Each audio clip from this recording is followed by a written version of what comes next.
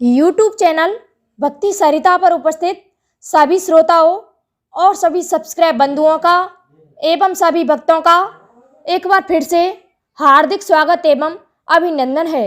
भक्तों, आज हम आप सभी को बताएंगे कि महादानी इक्ष्वाकु के पुत्र राजा नृक के दान की कथा। क्यों राजा नृक को महादानी होने के पश्चात भी भोगना पड़ा नरक, इस रहस्यमय कारण को आज हम आपको इस वीडियो में बताएंगे।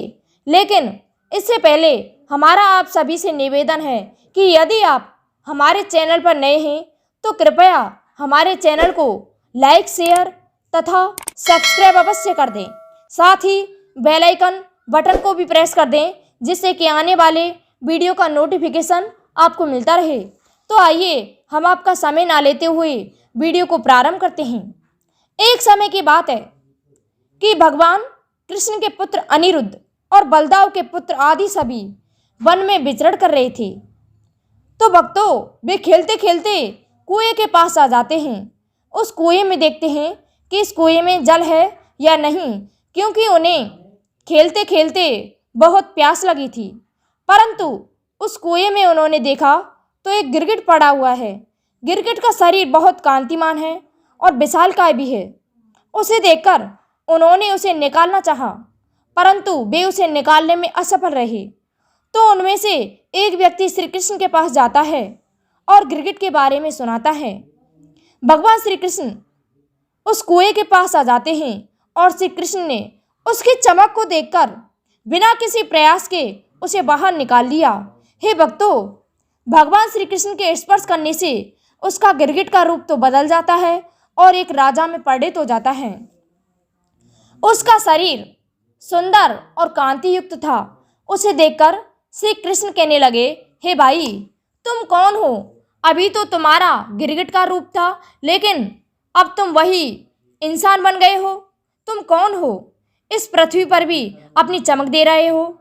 इस पर वह राजा कहने लगे, हे प्रभु, मैं धन्य हुआ जो आपने मुझे दर्शन दिए। आपसे वैसे तो कुछ भी छिपा हुआ नहीं है, लेकिन फिर भी मैं आपकी आज्ञा से मेरा वृतांत सुनाता हूँ। सुनिए प्रभु।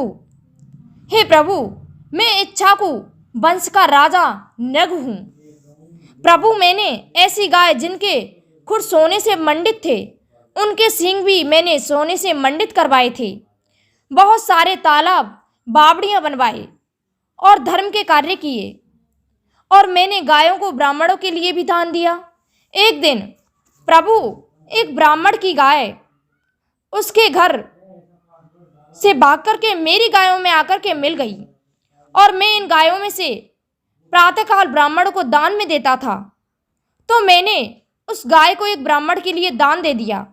जब वह ब्राह्मण मेरी गाय को ले जा रहा था तो रास्ते में उस गाय के मालिक का घर पड़ा। हे भक्तों, वह भी जाति से ब्राह्मण था। उसने कहा कि तुम इस गाय को चुरा करके कहाँ ले जा रहे हो? दूसरे ब्राह्मण से कहा। तो वह ब्राह्मण कहने लगा कि मैंने तो इस गाय को राजा से दान में प्राप्त किया है। तुम कौन हो जो अपनी गाय बता रहे हो? तो इस प्रकार से वो दोनों लड़ते लड़ते मेरी सभा में आ गए। गाय का जो असली मालिक था वह ब्राह्मण कहने लगा कि महाराज, आपने मेरी गाय को इस ब्राह्मण को दान में क्यों दे दिया? तो उसके प्रश्न का मेरे पास कोई उत्तर नहीं था। तो मैंने दोनों ब्राह्मणों में से विनती की, हे ब्राह्मण देवताओं, कृपया मुझसे भूल हो गई है, इसलिए इस गाय को इस दूसरे ब्राह्मण को दे दो। तो इन ब्राह्मणों में से मैंने इस प्रकार से उनसे विनती की, इस गाय के लिए तुमको 1000 गाय दान में देता हूँ। परंतु वह ब्राह्मण कहने लगा, महाराज, आप मुझे कुछ भी दें, परंतु मैं ये गाय नहीं दे सकता। इस प्रकार कहकर वह ब्राह्मण अपने घर को चला गया और दूसरा ब्राह्मण भी अपने घर को चला गया दुखी होकर के। जब मेरी उम्र समाप्त हो गई तो हे प्रभु, मैं यमलोक को पहुंचा। वहां यमराज मुझसे कहने लगा कि पहले तुम अपने पुण्यों को भोगना चाहते हो या पापों को? तो तुमने केवल एक पाप किया है। यमराज कहने लगे इस प्रकार से। तो मैंने सोचा, क्यों ना मैं पहले अपने पापों को भोग लूं। इस प्रकार से मैंने यमराज से कह दिया कि पहले मैं अपने पापों को भोगना चाहता हूँ। तो हे भक्तों, यमराज ने कहा कि गिर जाओ, तो मैं इस कुएं में आकर के गिर पड़ा और मेरा गिरगिट का शरीर बन गया। अब आपकी कृपा से मैं पहले जैसा हो गया हूँ। जो व्यक्ति ब्राह्मणों के धन को हड़पने में लगा रहता है वह 60,000 वर्ष तक नरक भोगते हैं, और यदि कोई भी व्यक्ति भूलवश ब्राह्मणों का धन लेता है तो उसकी 3 पीढ़ियां नरक भोगती हैं। इसलिए हे प्रभु, अब देवलोक को जाने का मेरा समय हो गया है।